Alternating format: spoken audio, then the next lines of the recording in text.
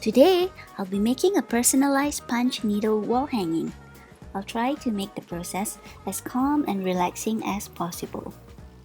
I usually start out a project with a rough idea or sketch before I start, so it's definitely helpful to gather some inspiration before you start. The inspiration behind this piece was actually from my 3-year-old niece Kaylee. That is why it's named after her. You can find out more on our Instagram in the description below. Or you can follow or subscribe unless it's too soon, so no pressure. I'll ask you again later. I like to start filling the small areas first and finishing it off with the larger areas at the end. If you are new to punch needle, just keep in mind not to lift the needle too far off the fabric and to keep the yarn ball loose so that the loops don't get pulled out as you go along. Even though we started out with a plan, don't be afraid to experiment and break away from it. Try a different color if you feel it may need a stronger contrast. The beauty of punch needle is that you can always pull them out and punch them in again, so just have fun with it. So, I'll shut up now so you can enjoy the rest of the video.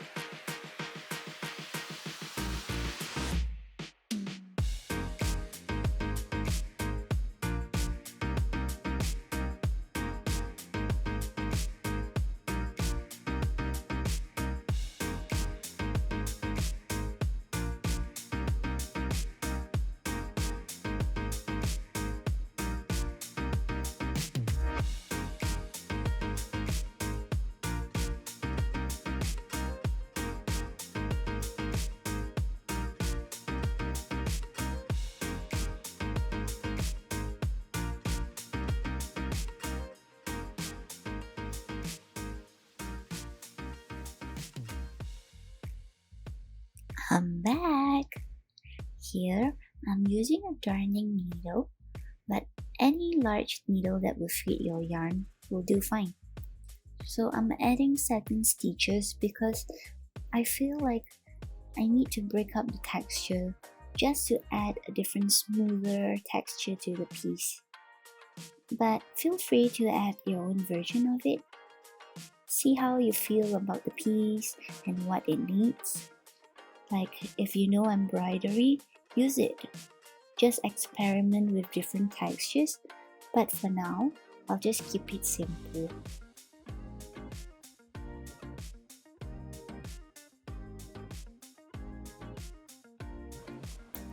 I really like this variegated yarn. It just adds to the texture without actually adding texture, if you get what I mean. So if you have some funky yarn, throw it on. It might create an interesting effect you might actually like. So just give it a try.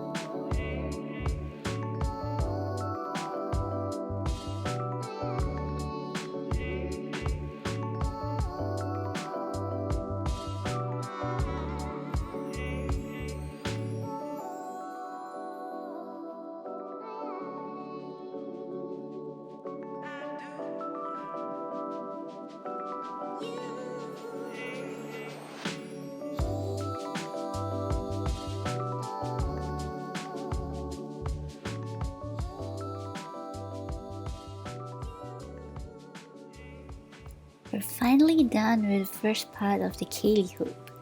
Now it's time to mount the piece to a bamboo hoop, which is optional. If you want to keep it on your current hoop, it's totally fine.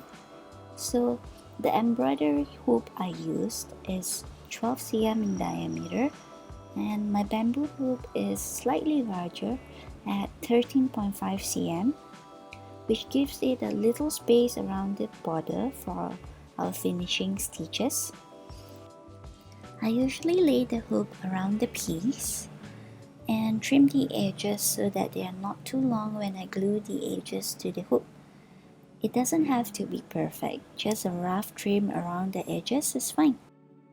I cut some slits around the edges to make it easier to fold in, making sure that when I fold it in, it's not excessively long.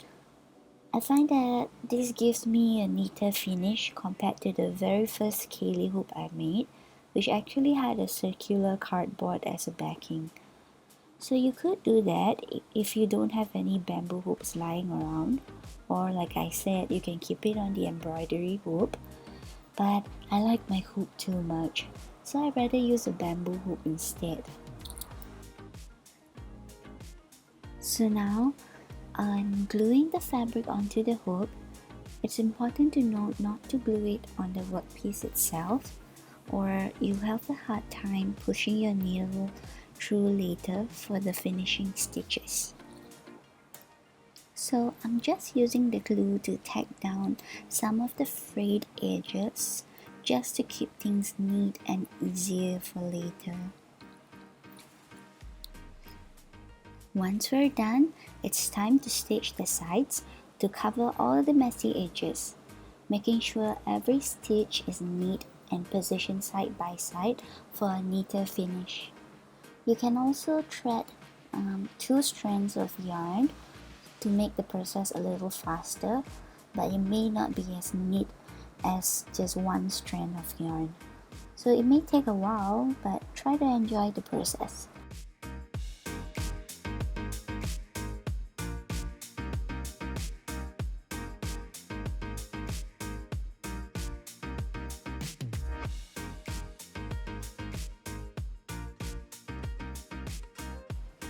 Finally, it's time to attach our clay accent. I'll teach you how to make this if you are interested, so comment below if you are. I made this different from the initial Kaylee hoop because I wanted to try to replicate the effect of ceramic glazes using paper clay, but that's for another video. So you want to position the clay accent wherever you want. I chose the center. And just grab a needle big enough to hold your yarn. I used a tapestry needle with a matching yarn and thread it through the clay accent. This stays in pretty well. You could choose to glue it on as well, but I prefer the look of sewing it in.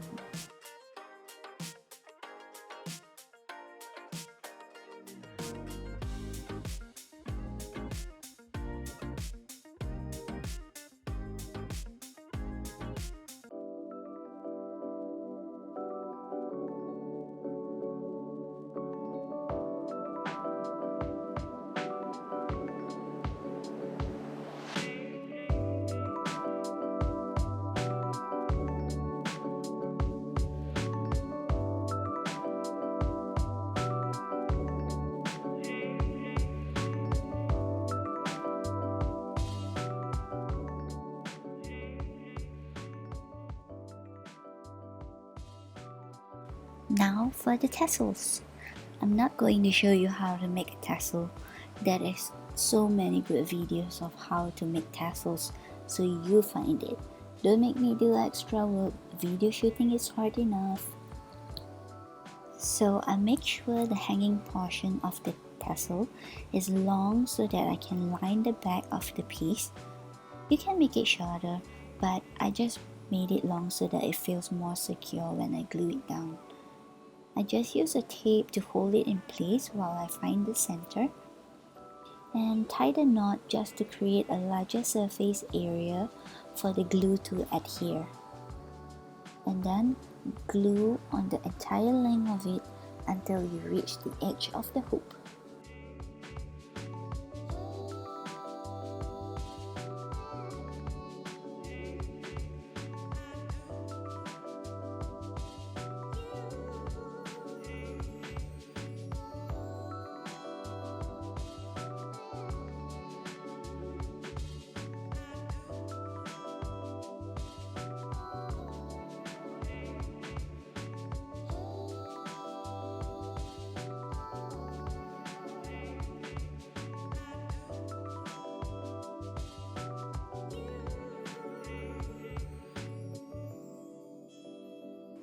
Next, you can use a cotton twine or anything slightly more hardy, but if you like, you can use one of the yarns you used as well.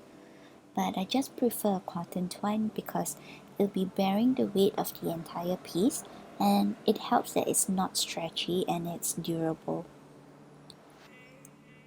So after I tie a simple knot, center it in place and just add a little droplet of glue and it's done.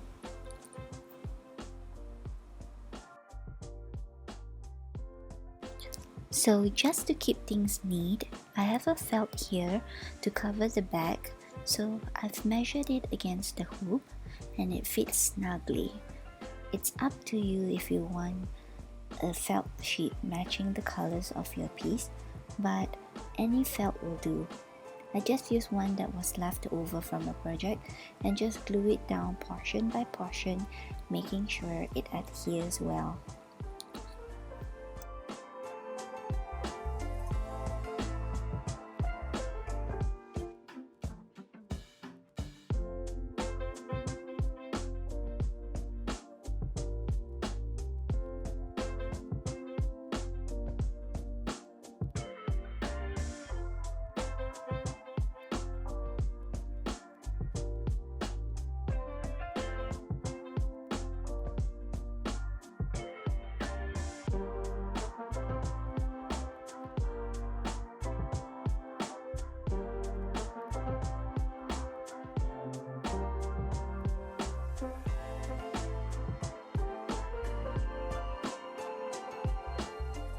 Alright, just the finishing touches and we are done. Not to toot my own horn, but isn't it just so pretty? You can hang it on a wall or your door or anywhere you can think of, and it makes a perfect personalized gift. Thank you for making this with me. It was 3 times longer because I had to record it. Can't say that I enjoyed moving the camera around, but I definitely enjoyed making this and hope you do too. If you don't feel like making it, we sell them in our online store, so be lazy and just support us instead. I'll see you for our next video. Thank you.